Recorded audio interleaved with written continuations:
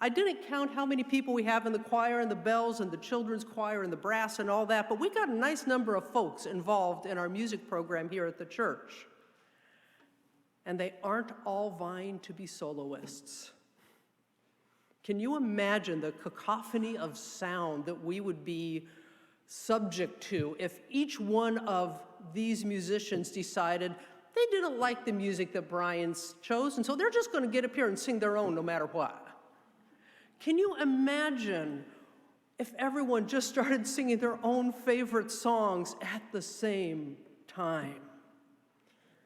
You see, we live in a culture that says that's what we all should be doing.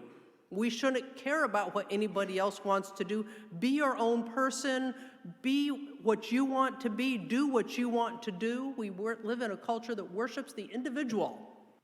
Edward Pillar, he's pastor of the Evesham Baptist Church, talks about humility, and I love the way he talks about it. He says, humility is the quality of listening, respecting, engaging, and honoring another. In other words, it's not about me, it's about you. In a way, meekness, more than anything else, I think challenges our culture of individualism and self-promotion that we're surrounded by. Because meekness is about stepping back so someone else can step up and shine. It's not about abandoning space.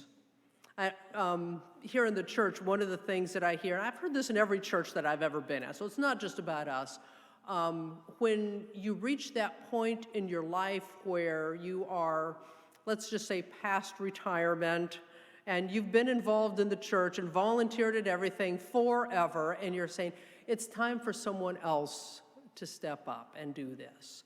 And so you step back, but if there's nobody else to step up, then that's just abandoning space. So that's not what this is.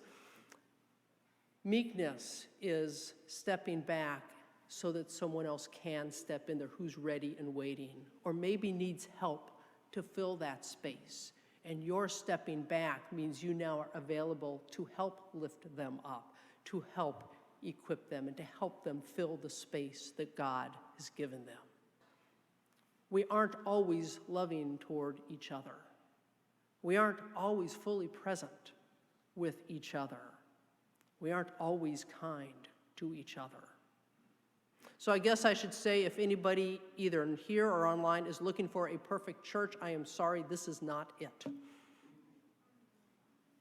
But here we get to practice singing those melodies. And if we mess up, guess what? Then we get to practice forgiveness. And we start again. And isn't that what it means to be a community of faith, to be a follower of Christ, and to sing in harmony? Let's learn how to sing together. It makes for a beautiful sound.